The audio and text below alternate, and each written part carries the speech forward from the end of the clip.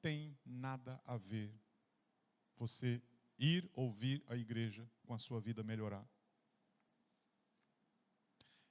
Quem pensa assim, está pensando que pode lograr Deus, que pode fazer uma chantagemzinha com Deus. Tá? A sua vida melhora quando você é filho obediente. Filho desobediente sofre. Se você tem filho desobediente, você sabe disso. Sofre. Filho obediente sofre menos. Tá? Filho obediente agrada ao papai. E quando nós agradamos o papai, as coisas vão bem. Então não caia nessa de que se você der, a vida vai melhorar. Ah, eu vou dar mais, eu vou doar mais, porque assim a minha empresa vai vender mais, os meus lucros vão aumentar. Não, não e não. Isso eu provo para você na Bíblia. Muito bem. Esse não é o assunto de hoje. O assunto de hoje é desde o primeiro domingo desse mês. Hoje é o último domingo, né? Hoje é o último domingo. Então nós estamos navegando, né? Eu acho que já tem gente aí com enjoo de estar em alto mar. Nós estamos navegando, pegamos essa analogia de o ano e a nossa vida, né? É navegar. Então nós estamos numa viagem. E eu não vou fazer recapitulação agora. Quem quiser ouvir vai ter que pegar os áudios lá com o Alexandre. O Alexandre manda o link para você, ou pega no grupo da igreja. Já pode ir para o slide 25, tá? Pode ir para o slide 25. Nós já navegamos juntamente com Jonas, o profeta. Lembram? Passamos 2 domingos com Jonas, no mar, agitado. Jonas foi fazer oração lá no lugar mais esquisito do mundo, depois de ter desobedecido a Deus. Nós já passamos juntamente com os discípulos de Jesus num mar revolto, né? E eles desesperados, querendo saber de Jesus, se Jesus não se importava com eles. E tudo isso para você entender que a vida é exatamente assim. Nós somos responsáveis para pilotar o barco, nosso irmão é responsável para pilotar o barco, eu tenho que confiar no meu irmão, eu tenho que ajudar meu irmão. Às vezes eu sou obrigado a aceitar a decisão dele, como a gente vai ver no texto de hoje, e pagar o preço às vezes. Mas lembra que nessa viagem, quando nós todos juntos estamos caminhando rumo a um porto, que nós já sabemos onde às vezes temos que parar no meio do caminho, ter os desembarques. Nesse desembarque temos uma tarefa, presta atenção nisso. Todos os desembarques há missão para fazer, não é para esticar na praia, ficar ali tomando sol. Há uma missão, a vida que Deus nos dá é uma vida com missão. Por isso nós chamamos a ordem de Jesus de comissão. É um cristão com missão. Missão de fazer discípulos para Jesus. Isso não é complicado, tá? Então, hoje eu vou dar mais uma navegada. Aliás, hoje nós vamos navegar em Atos 27. Agora, hoje eu vou fazer um pouquinho diferente. Você pode acompanhar na sua Bíblia na NVI, Nova Versão Internacional, ou você pode acompanhar aqui na tela, que eu gastei horas colocando todo, para você acompanhar junto comigo de um jeito um pouquinho diferente. Deixa eu explicar o contexto disso aqui. Só um pouquinho, antes de continuar. Estamos pensando seriamente de aumentar meia hora o culto. Começar em vez das 10h30 às 10 horas. Porém, isso vai se dar justamente no inverno. Dia 2 de junho. Que vai estar, acho que 3 graus abaixo de zero. Sim. Já está. Eu sou profeta. Vai estar 3 graus abaixo de zero. Nós vamos passar para as 10 horas, porque a gente vai pensar assim, se o pessoal aderir a essa meia hora antes, sobreviver, não tem erro. A gente vai, tá bom? No inverno nós vamos mudar para as 10. Vou ter que levantar cedo vocês lá, né? Pegar a estradinha, pegar o contorno, friozinho. Por quê? Porque daí a gente tem mais tempo, irmãos, encontro. Aqui, isso aqui é encontro de família, isso aqui não é culto. Aprendemos a vida toda que é culto. Isso aqui é encontro dos filhos de Deus. E a gente fica tanto tempo, né, separado, e a gente se encontra domingo, e aí, vamos lá, cumprir o negócio rapidinho, e temos que voltar para casa para Então, meia hora mais cedo a gente consegue fazer mais coisa. Isso. Grupo de louvor. O grupo de louvor chega às 9. Já está acostumado mesmo, né? Então, vamos lá, vamos navegar em Atos 27. O que é Atos 27? Atos 27 é o capítulo que fala da terceira viagem do apóstolo Paulo. Apóstolo Paulo, durante o ministério dele, ele fez 3 grandes viagens missionárias. Tá? Então você encontra isso no livro de Atos, a partir ali do capítulo, que eu não lembro agora. E o 27, que é o penúltimo capítulo da Bíblia, está mencionando aqui a última viagem dele.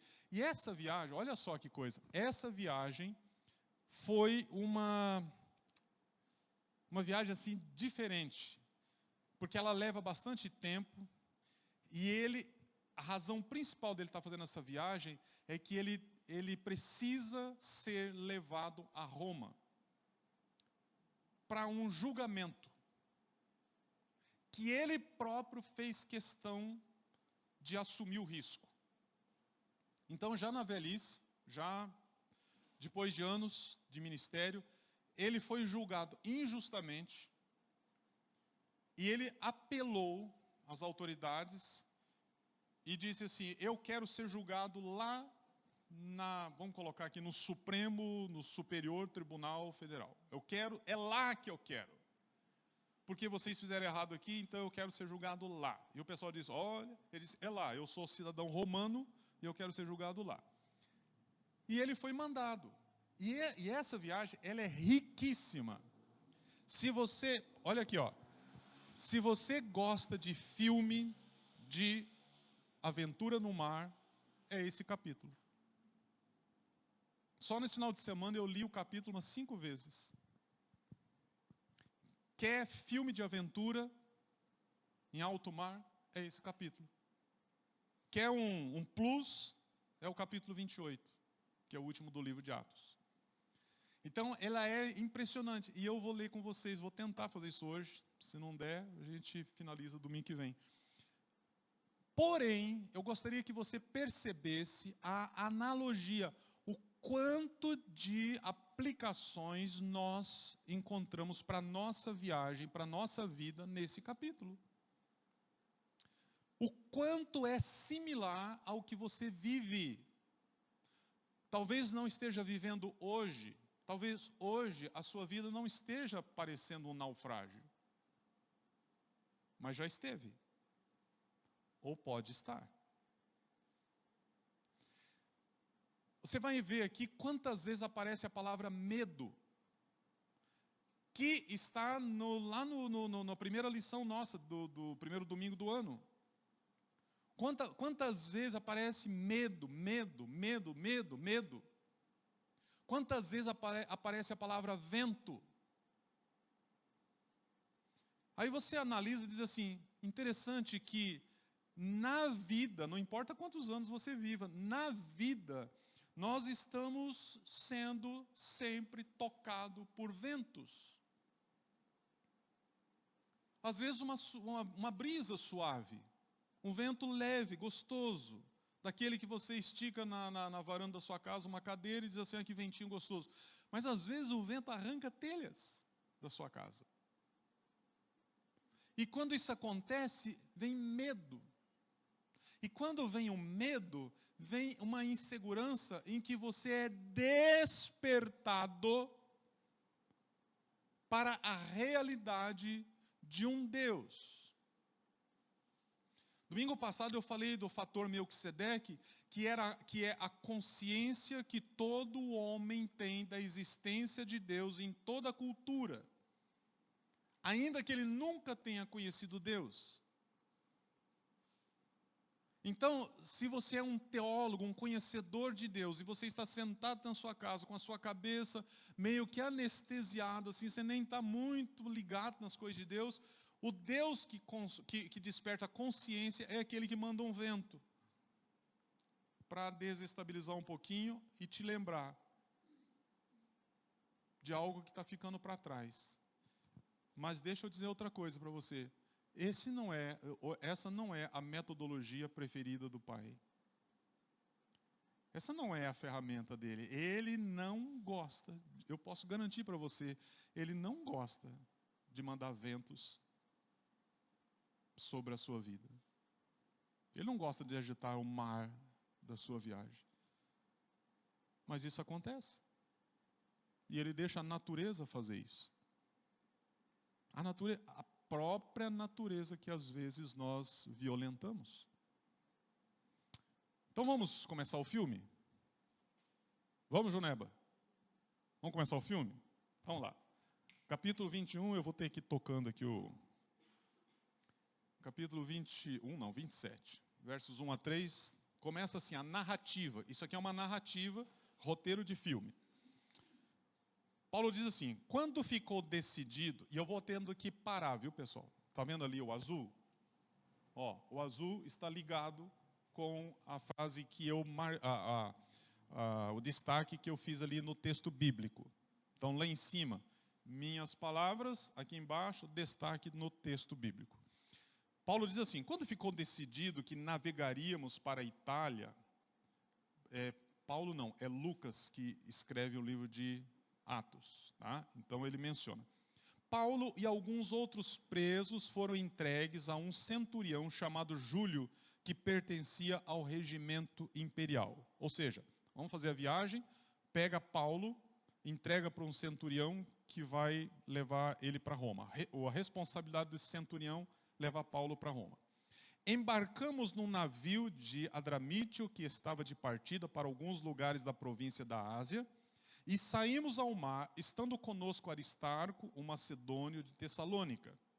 No dia seguinte, ancoramos em Sidom, e Júlio, num gesto de bondade para com Paulo, permitiu-lhe que fosse ao encontro dos seus amigos para que estes suprissem as suas necessidades.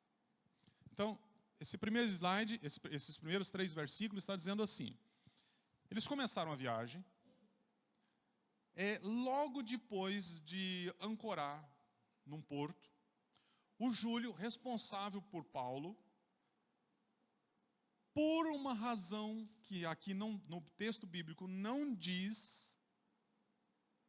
Agora, se você está me acompanhando há meses, você está entendendo que Deus é o Deus que move a história. Deus é Deus que move grandes coisas e pequenas coisas. Diz aqui que Júlio, por ele gostar de Paulo, você vai perceber lá na frente isso aqui se repetindo, por ele gostar de Paulo, ele teve uma bondade com Paulo, ele diz assim, eu libero você para sair e encontrar com seus amigos. Olha aqui, confiança, né? Você é meu prisioneiro, eu tenho que levar você diante do imperador em Roma. Você tem amigos aqui nessa ilha. Olha os desembarques. Lembra que eu disse também, você não pega uma viagem de 366 dias de 2024, direto. Você desembarca em vários lugares. Ele diz assim, eu permito que você vá encontrar com seus amigos. E qual a razão de Paulo ter pedido essa permissão? Qual a razão? Paulo precisava de ajuda dos seus amigos. Paulo precisava de algum recurso.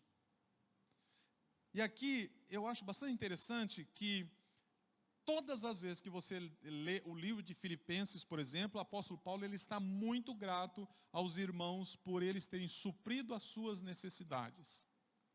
Então, quando Paulo ele para e vai ao encontro dos seus irmãos, ele vai para que as suas necessidades sejam supridas. Meus irmãos, deixa eu dizer uma coisa aqui. Responsabilidade de irmãos é suprir necessidades daqueles que verdadeiramente precisam. Compreenderam isso? Estou falando a família de Deus, os filhos de Deus, não podem ter entre eles pessoas verdadeiramente necessitadas, sendo ignoradas pelos seus outros irmãos. Então, o apóstolo Paulo, ele desembarca ali e ele teve as suas necessidades supridas por esses irmãos. Ou seja, ele teve recompensa. Quando nós nos desembarcamos, né, em vários lugares, Deus traz recompensas para nós. Deixa eu continuar aqui. Quando partimos de lá, olha aqui, passado um tempo, não diz aqui quanto, quando partimos de lá, passamos ao norte de Chipre, porque os ventos nos eram contrários. Os ventos, presta atenção no destaque, ventos contrários. Ô, pastor, você não sabe a vida que eu estou levando, ventos contrários. Você não sabe a dificuldade financeira que eu estou levando, ventos contrários. Você não sabe as enfermidades que chegaram na minha casa, ventos contrários. Você não sabe, a empresa está para me mandar embora, ventos contrários. Minha empresa não está pagando as contas mínimas, ventos contrários.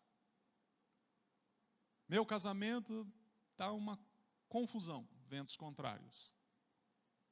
Meus relacionamentos estão difíceis com as pessoas, ventos contrários. Tendo atravessado o mar aberto ao longo da Cilícia, diz ali, e da Panfilha, ancoramos em Mirra, na Lícia. Ali o centurião, veja, ancoraram de novo. Ali o centurião encontrou um navio alexandrino que estava de partida para a Itália, Roma. E ali nos fez embarcar. Estão acompanhando o roteiro do filme? É jóia o filme, gente. E ele tem um final maravilhoso. Verso 27. Navegamos vagarosamente por muitos dias e tivemos dificuldades para chegar a Cnido. Não sendo possível prosseguir em nossa rota devido aos ventos contrários, navegamos ao sul de Creta, defronte a Salmona. Não tem horas na vida que ventos contrários fazem você parar? Estavam achando no começo do ano, quando eu coloquei lá o barco 2024, estava achando que era brincadeira, né? A Eliane falou assim, olha, você com os teus títulos de estudo, né, de mensagem. Irmãos, a vida é uma viagem. A vida é uma viagem. E nessa viagem acontece de tudo. Acontece de tudo. Tem horas que você, veja ali, navegando vagarosamente. É horrível, né? Ficar ali, o negócio não anda, não vai. Aquela coisa assim, sabe, sem muito sentido. Por que a gente não está navegando bem? Dificuldade para chegar nos lugares. E aí chega uma hora, no verso 7, diz ali, não sendo possível prosseguir na nossa rota, navegamos ao sul, por causa dos ventos contrários. Olha quanto vento aí, né? Continuando, versos 8 e 9. Costeamos a ilha com dificuldade e chegamos a um lugar chamado Bons Portos, perto da cidade de Lazéia. Olha outra coisa interessante aí. Tínhamos perdido muito tempo e agora as navegações se tornaram perigosas, pois já havia passado o jejum. Por isso Paulo os advertiu, a gente vai ver qual foi a advertência. Você já pensou em 2024 você perder tempo? Essa história de tempo nos nossos tempos não tem sido uma coisa complicada? Todos vocês têm a percepção de que o tempo, ele tem percepção, tá? De que ele tem ido mais rápido? Jovens, adultos, velhos. Você passou de 60, meu irmão. A minha primeira semana de sexagenário, voou. Voa. Então, nos dias de hoje, perder tempo é prejuízo, perder tempo não é uma coisa confortável. E diz ali que lá atrás já tinha reclamação, ó. Tínhamos perdido muito tempo. Há um sentimento aqui de tempo perdido na viagem. E agora, além de ter perdido tempo, a navegação ela ficou mais perigosa. Aí eles tinham feito um jejum, provavelmente uma data que eles tinham que celebrar um jejum, e Paulo vai fazer uma advertência para eles. Olha a advertência, está no versículo 10. Palavra de apóstolo Paulo, voz de advertência. Sempre vai ter alguém na sua vida para chamar a sua atenção. E às vezes a pessoa vem para chamar a sua atenção com frases como essa aqui: Senhores, vejo que a nossa viagem será desastrosa.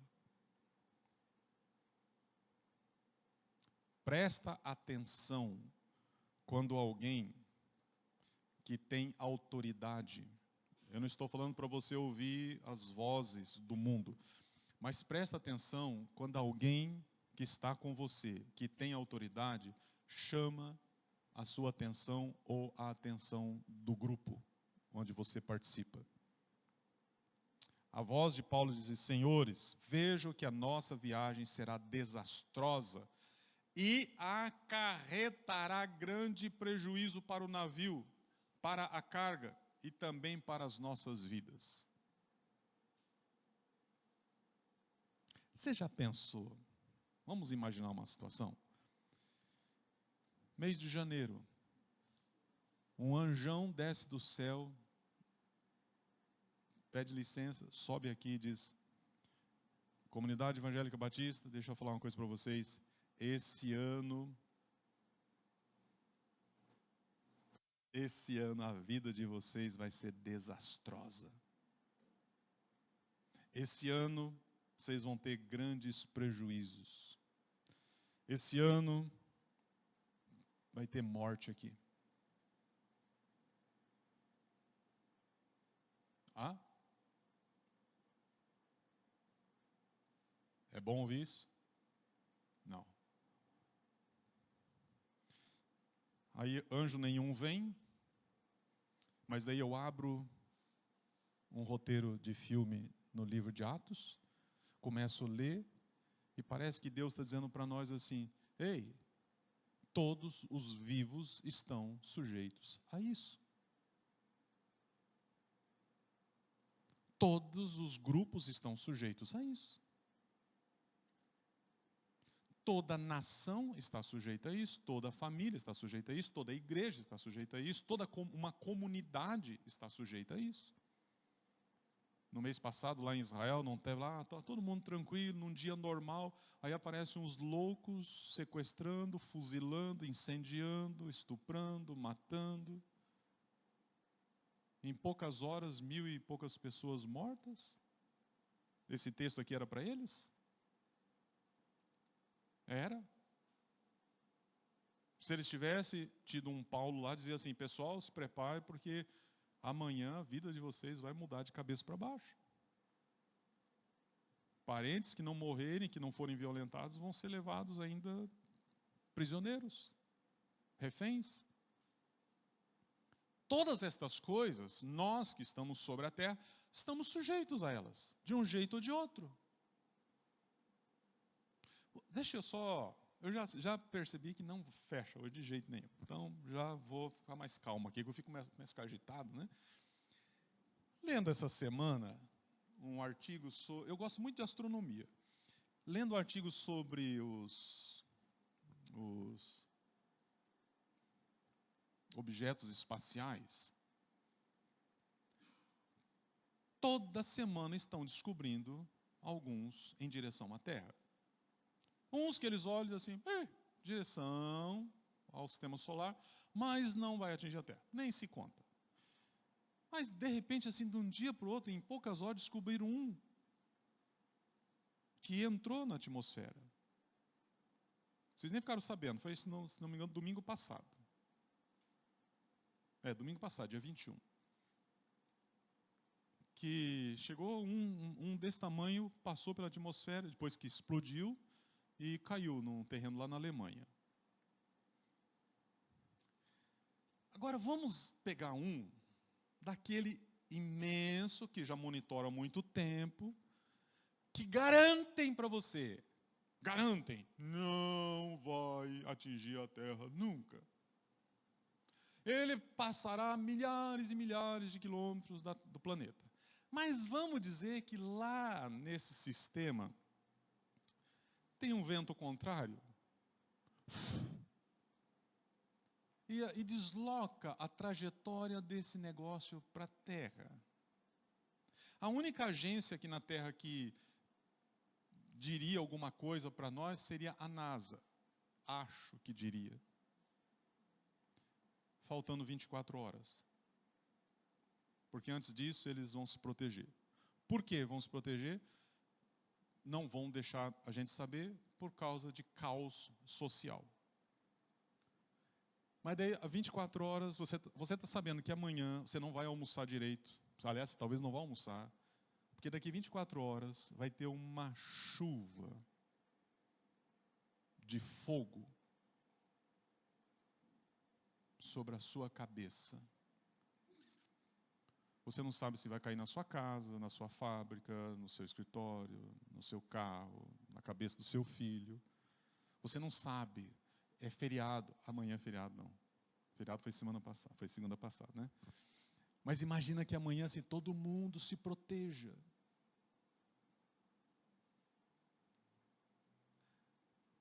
Utópico, isso? É utopia? Eu mudei para um outro filme, mudei o canal aqui, nós estamos assistindo outro filme? Não. Deixa eu dizer uma coisa para você. Isso é possível.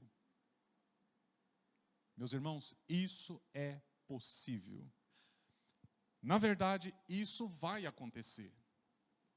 Porque quando você lê, estuda o livro de Apocalipse, Apocalipse fala de saraivada de fogo. Pedras de fogo. Isso vai acontecer. A questão de Apocalipse é que lá tem a ver com juízo, é em outro momento. Agora, também não sei se Deus não traz aquele juízo do Apocalipse para hoje. Porque todos os teólogos têm tido a percepção de que profecias, principalmente as escatológicas, elas estão se cumprindo hoje debaixo do nosso nariz. Ou já começaram a acontecer hoje debaixo do nosso nariz. Nós não estamos percebendo, assim como não perceberam quando Noé anunciou o dilúvio. Não perceberam quando chegou o tempo em que Jesus estava sobre a terra. Também não percebem quando o juízo de Deus vai se abater sobre a terra. Já passou pela sua cabeça alguma vez que quando fala que o sol vai escurecer, que a lua vai se derramar em sangue, que não haverá sol, não haverá luz, não haverá, que será tudo nublado, já passou pela sua cabeça que os elementos da terra se desfarão? Os elementos se desfarão em fogo, vai caindo aos pedaços, queimado. Já passou pela sua cabeça que pode ter já começado a acontecer? Não, pastor, isso aqui é em Apocalipse, assim vai acontecer tudo em poucos dias, vai ser uma coisa assim, 3 anos e meio, o negócio, porque 3 anos e meio é um tempo mencionado na Bíblia, 3 anos e meio, aqueles meses vão ser terríveis, vai ser tudo compactado, todos os acontecimentos de Apocalipse, juízo, vai acontecer tudo lá naquele período. Ou não? Lá vai ser só o grande finale. Já começou. Então deixa eu voltar aqui para o texto. Porque Paulo diz, veja, senhores, nossa viagem será desastrosa. Eu não gostaria de maneira alguma que, abraçados, juntos, como igreja, como família, como povo de Deus, que estamos hoje, que se algo acontecer entre nós, que você perca a sua fé. Vou repetir. Entenda de uma vez por todas que Deus não nos coloca juntos por acaso. Meus irmãos, guarde, se você pode ir embora hoje, pode esquecer o que você quiser, mas não esqueça isso. Deus não nos coloca juntos por acaso. Deus é Pai. Deus é Pai de família. Deus nos agrupa. Deus nos coloca juntos por muitas razões. E uma delas é para que um sirva de suporte para o outro. Para que nos estimulemos uns aos outros. Para que animemos uns aos outros. Para que coloquemos o nome de Cristo sobre a mesa. Para que nós celebremos Ele à mesa. Para que nós publiquemos Ele das portas, das janelas da nossa casa para fora. Não estamos juntos por acaso. Eu repito. Alguns anos atrás eu cheguei para a igreja e disse: estou entregando o púlpito, eu preciso descansar. A primeira pergunta que me fizeram: mas para onde você vai, pastor? Eu disse: não para lugar nenhum.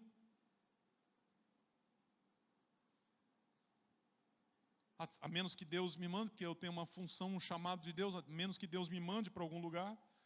Mas eu não quero e peço para Ele não mandar. Por quê? Porque eu preciso descansar e entendo que aqui é a minha casa. Se Deus não me mandar para outro lugar, se Deus não me deslocar, e Deus ia ter que me arrastar pelas pernas, eu não estou até hoje com vontade de sair. Entendo que Deus nos coloca numa família, numa casa, e Ele quer que a gente fique juntos. E Ele quer que quando alguém precisa sair, que nós levemos. Alguém está sendo chamado por Deus para outra casa, alguém está sendo chamado de Deus para uma obra distinta, uma obra de missões, alguém está sendo chamado de Deus para ir desembarcar numa ilha, para alguma coisa, que nós, igreja, levemos e que Ele vá debaixo da bênção, que Ele vá debaixo do nosso cuidado. É assim, meus irmãos. Fora disso é pecado, fora disso é egoísmo. Fora isso é pensar em si mesmo, nos seus direitos, nas minhas vontades, nos meus caprichos, nos meus zelos. É não pensar nos outros, é não pensar no grupo, é não pensar naqueles que estão caminhando, navegando com você. Sabe quantas pessoas tem nesse navio que Paulo está falando aqui? 200, você está pensando que era um barco, né? Pequeno, porque aparece às vezes a palavra barco. 276 pessoas. É pouco? Não é um barquinho com 30 pessoas, um naviozinho daquele que, num reminho aqui, é navio que precisava de muita gente no braço. É um grande navio. Esse último que Paulo vai pegar. Então veja a voz de advertência. Senhores, vejo que a nossa viagem será desastrosa e acarretará em grande prejuízo para o navio, para a carga e também para nós. Como assim prejuízo para a nossa vida? Primeiro, pode morrer. Segundo, pode sofrer estresse pós-traumático. Terceiro, pode perder uma perna. Entendeu? Pode perder um olho, pode perder um dedo, pode se afogar. Então, fisicamente, sim, prejuízo. Com quem? A gente não sabe. Agora veja, quando nós estamos em grupo, nós estamos sujeitos à vontade de alguns. Olha aqui o que está no verso 11. Mas o centurião, em vez de ouvir o que Paulo falava, seguiu o conselho do piloto e do dono do navio.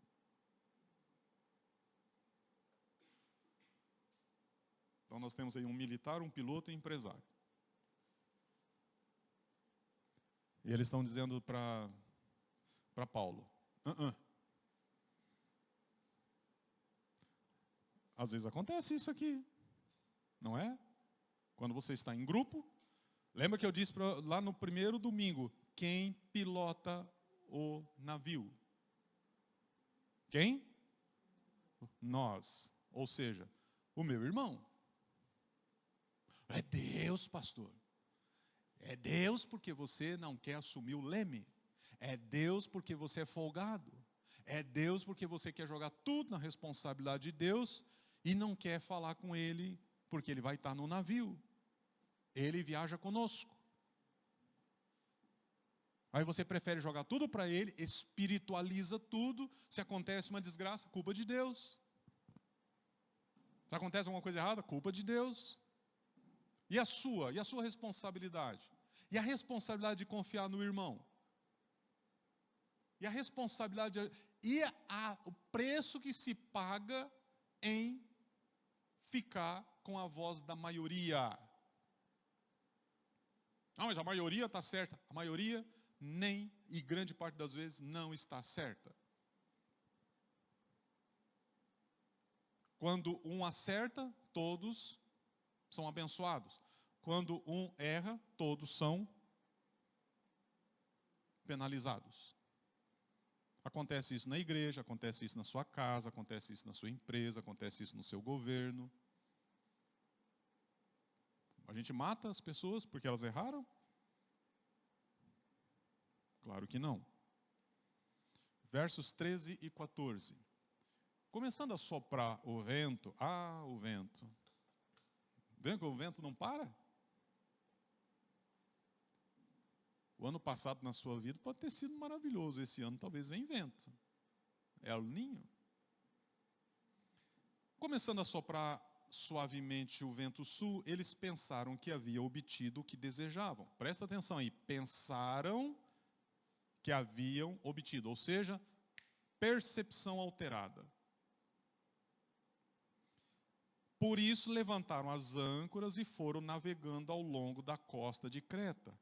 Pouco tempo depois, desencadeou-se na ilha um vento muito forte chamado Nordeste. Ventos. O professor vento. Talvez seja, depois dos anjos e dos homens, um dos melhores mensageiros de Deus. Os ventos. Não é verdade? Primeiro Deus usa suas hostes celestiais, depois Ele trabalha com os homens e depois Ele trabalha com a natureza. E quando Ele trabalha com a natureza, um aluno fiel, obediente a Ele, chama-se vento. E os ventos vieram. E o versos 15 e 17 diz ali: o navio foi arrastado pela tempestade, sem poder resistir ao vento. Assim, cessamos as manobras e ficamos à deriva. Passando ao sul de uma pequena ilha chamada Clauda, foi com dificuldade que conseguimos recolher o barco salva-vidas. Levantando, lançaram mão de todos os meios para reforçar o navio com cordas. E temendo que ele encalhasse nos bancos de areia de Sirte, baixaram as velas, deixando o navio à deriva. Tem alguém aqui hoje que a sua vida está à deriva? Se tiver, se você já desamarrou tudo, se você já largou o leme, se você mal conseguiu recolher a bolsa, aqui é um barco salva-vidas, talvez você tenha só recolhido uma bolsa. Se você está com medo até que a sua vida encalhe, está à deriva.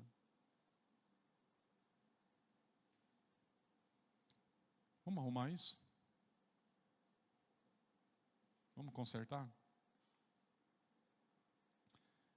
Porque depois que a vida nos arrasta, parece que as forças se vão, parece que a cabeça não funciona direito. O que mais vem sobre as pessoas hoje é sentimento de depressão. O sentimento de depressão, às vezes é só um sentimento, e às vezes é uma depressão que de fato se instala. A depressão ela tem várias origens, mas uma delas, principal, tem a ver com ansiedade, tem a ver com medos, tem a ver com estrutura psíquica não trabalhada lá na nossa formação. Olha aqui, essa aqui talvez seja a pior de todas. Tem a ver com fé não estruturada. Fé construída sobre areia. Uma fé que foi nos apresentada de um jeito assim, creia, confia. A fé é algo que nasce dentro de nós com uma semente dada por Deus. Como eu disse outro dia, um grão de mostarda pode se tornar uma grande árvore. Fé é dada por Deus. E a fé precisa crescer, precisa ser regada. Mas às vezes ela é nos apresentada não como uma semente. Ela é apresentada como algo misterioso, etéreo, enigmático. Algo que vem assim, você vai à igreja e a fé cresce. É?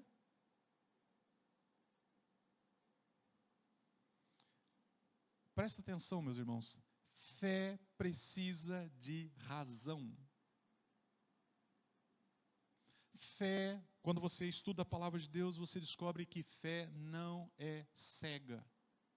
Ela tem olhos, ela tem ouvidos, ela tem razão.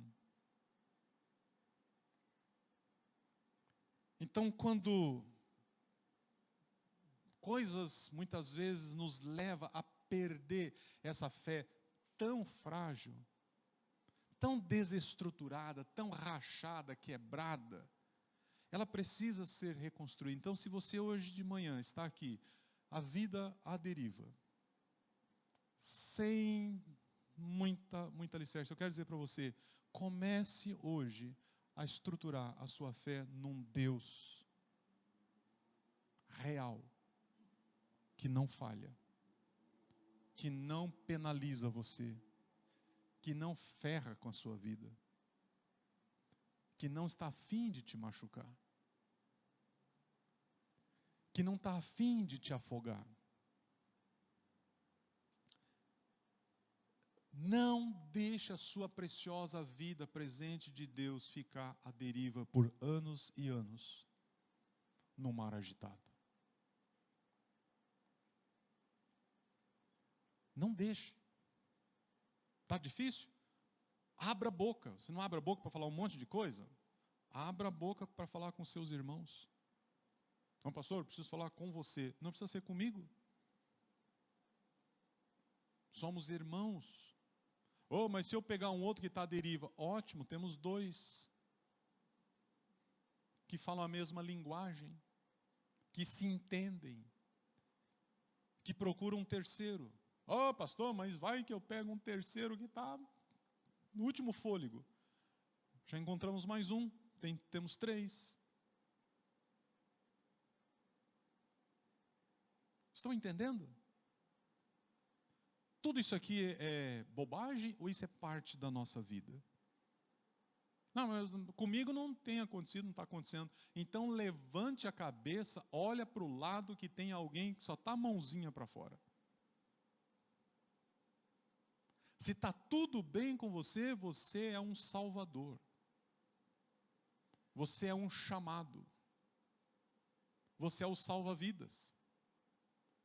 Se está tudo bem com você e tem sido assim ao longo dos anos, você é o cara, você é a pessoa maravilhosa que Deus está dizendo assim, olha aqui, olha a mãozinha do lado, tem alguém naufragando, tem alguém que está assim com a bandeirinha dizendo aqui, tem alguém soltando algum daqueles fogos sinalizadores dizendo assim, estamos à deriva, levanta a cabeça, olha para cima, olha para os lados, olha para baixo, olha para trás, olha! Porque a tendência nossa é olhar só para o espelho. próprio umbigo.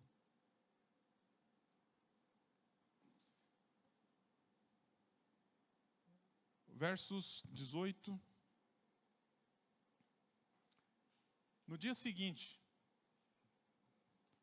a coisa não melhora, tá vendo aí, né?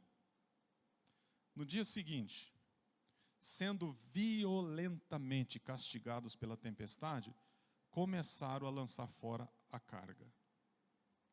No terceiro dia, lançaram fora com as próprias mãos a armação do navio. Prejuízo. Prejuízo, né? Castigados violentamente. O que se faz? O que vale mais? Coisas ou pessoas? Pessoas. Ainda que tenha alguém no barco aqui que pensa o contrário. A gente vai ver. Começaram a lançar fora a carga. Ou seja, o que tem de carga aqui, vamos jogar para o negócio não ser tão... E depois, com as próprias mãos, eu não sei se usaram o serrote, se desencaixaram lá as travas, começaram a jogar fora a própria armação do navio. Está à deriva mesmo? Aí você acha que resolveu o problema? Olha aqui, eu vou tentar parar aqui. Verso 27. Aliás, verso 20. Não aparecendo nem sol nem estrelas por muitos dias, e continuando a bater-se sobre nós grande tempestade, finalmente, o quê? Perdemos toda a esperança de salvamento. Eu não disse para vocês que era um filme? E esse é o ápice, um dos ápices do filme. A cena é mar, vento, teto escuro. Teto baixo e escuro. Você está aqui, ó, água e água. Entre os dois, você, vento, e cadê a esperança?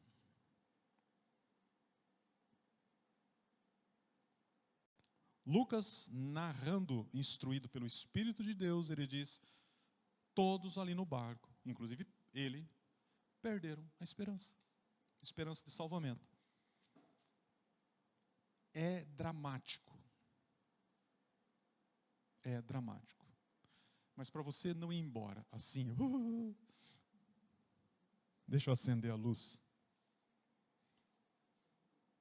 Versos 21 a 26. Agora eu vou só fazer a leitura e daí eu continuo na semana que vem.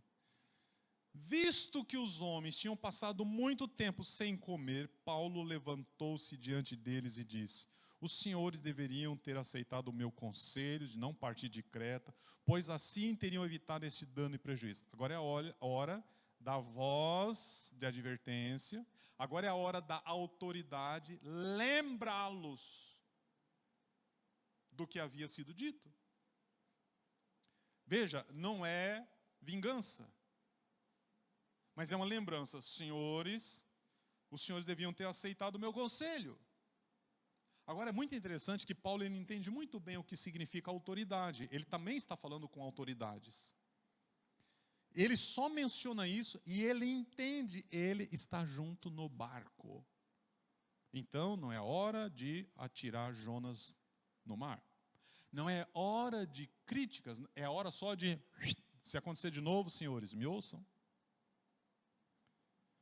Aí ele faz uma recomendação.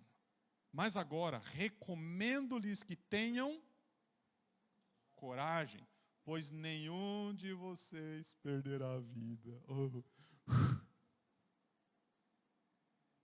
Apenas o navio será destruído. Como? O navio vai ser destruído, a gente não vai morrer? Qual é o segredo aí? Eu acho maravilhoso isso aqui. Visto que os homens tinham passado muito tempo sem comer, Paulo levantou-se diante deles, os senhores deveriam ter me ouvido e tal, mas agora recomendo-lhes, recomendação, não é ordem, não é regra, não é lei, recomendo que vocês tenham coragem, pois nenhum de vocês perderá a vida, apenas o navio será destruído.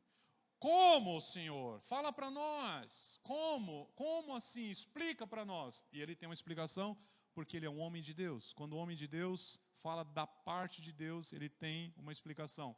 Ontem à noite, apareceu-me um anjo do Deus a quem pertenço e a quem adoro. Quem respondeu a mesma coisa dias atrás aqui? Quem? Jonas. O questionário que apresentaram para ele. Jonas, seu nome é Jonas, né?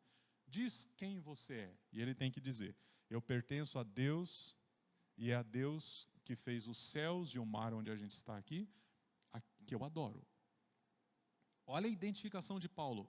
Séculos depois de Jonas, ele está respondendo coisa parecida. Pertenço a Deus. A Deus. E quando ele falou Deus, eles estavam entendendo que era o Deus criador dos céus e da terra. Porque grande parte dos que estavam ali no navio já haviam sido instruídos naqueles dias, naquele tempo, naquele período, acerca do Deus de Israel. E Paulo é um de Israel. Ele é conhecido como pregador. Primeiro um perseguidor, depois um pregador. Então ele fala em nome de Deus, Criador dos céus e da terra. E olha, meus irmãos, coisa interessante. O que o anjo falou? Vocês acharam que o anjão não podia vir aqui? Mas ele foi no barco.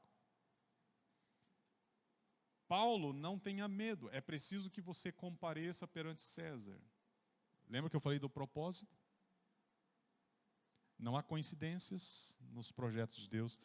É preciso que você compareça perante César. Deus, por sua graça, deu-lhe as vidas de todos os que estão navegando com você. Eu nem vou continuar aqui, meus irmãos. Paulo, Deus deu para você todas as vidas dos que estão navegando com você. É responsabilidade sua falar para eles que eles não vão morrer.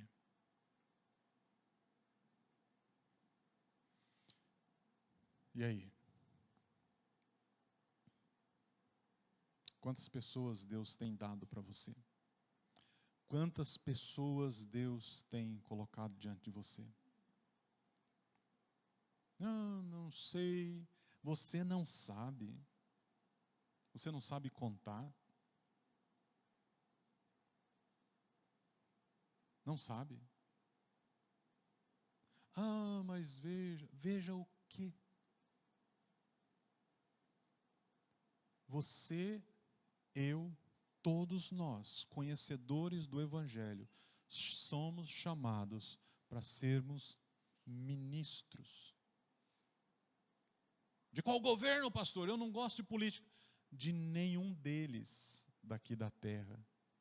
Porque a nossa terra não é, a nossa cidadania não é daqui da terra. O nosso rei, nosso Senhor, não é daqui. A nossa casa não é aqui. O nosso futuro não é aqui. Nós somos cidadãos de um outro lugar. Nós somos cidadãos dos céus. Temos um rei. E ele disse para mim e para você que nós somos ministros. Primeiro ou segundo ministro? Não importa. Deus não tem essa coisa de estratificar quem é mais, quem é menos.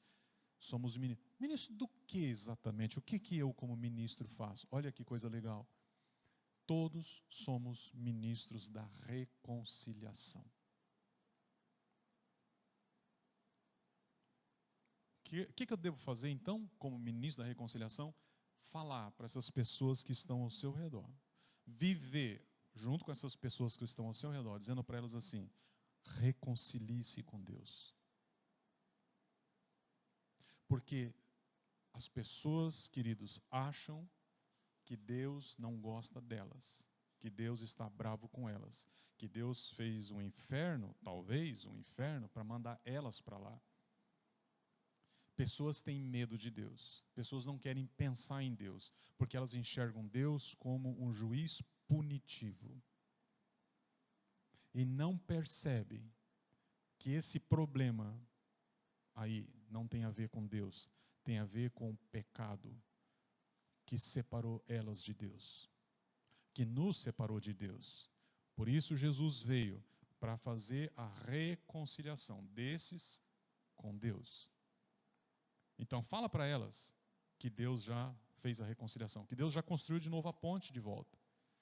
Fala para elas que Jesus é o caminho. Diz para elas, olha, você está enganado. Não, mas eu não gosto de igreja. Não é igreja. Não é igreja. Não é igreja. Não é religião. É Jesus. E isso você não pode pegar a pessoa à força e trazer ela para cima da ponte. Isso não é papel seu. Você não reconcilia ninguém à força, mas você anuncia, você fala, você diz para ela que a reconciliação já foi feita, que a ponte já foi construída, que agora ela só tem que passar pela ponte, passar pelo caminho, passar pela porta. Tudo isso é uma pessoa, é Jesus. Por que você não pode fazer a força? Porque todos os seres humanos sobre a terra têm livre poder de decisão. E Deus não quer ninguém no céu que não queira estar lá. Entenderam? Não vai ter ninguém no céu à força. Não vai ter ninguém no reino de Cristo arrastado. Só vai aqueles que dizem assim, ufa, estava tudo perdido. E Ele pegou a gente de volta. É isso. Vamos ficar em pé?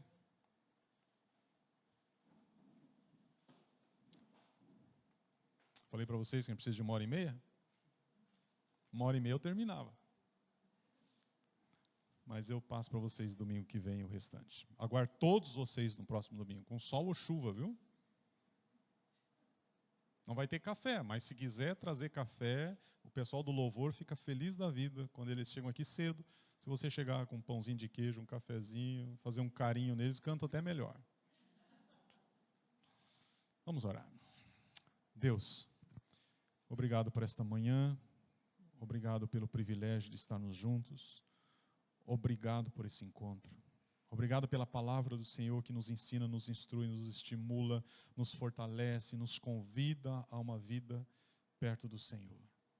Leva os meus irmãos para casa, abençoe durante essa semana e nos traga novamente para esse encontro debaixo da Tua paz. Deus, eu oro para que aqueles que porventura estejam aqui, que estejam com a vida à deriva, que o Senhor os ajude a confiar no Senhor, a navegar de novo, em segurança, nos Teus braços. Assim nós oramos em nome de Jesus. Amém. Deus abençoe vocês. Venham preparados para domingo que vem. Não vai ter café, talvez, mas vai ter ceia do Senhor. Vamos celebrar a ceia juntos. Bom dia a todos.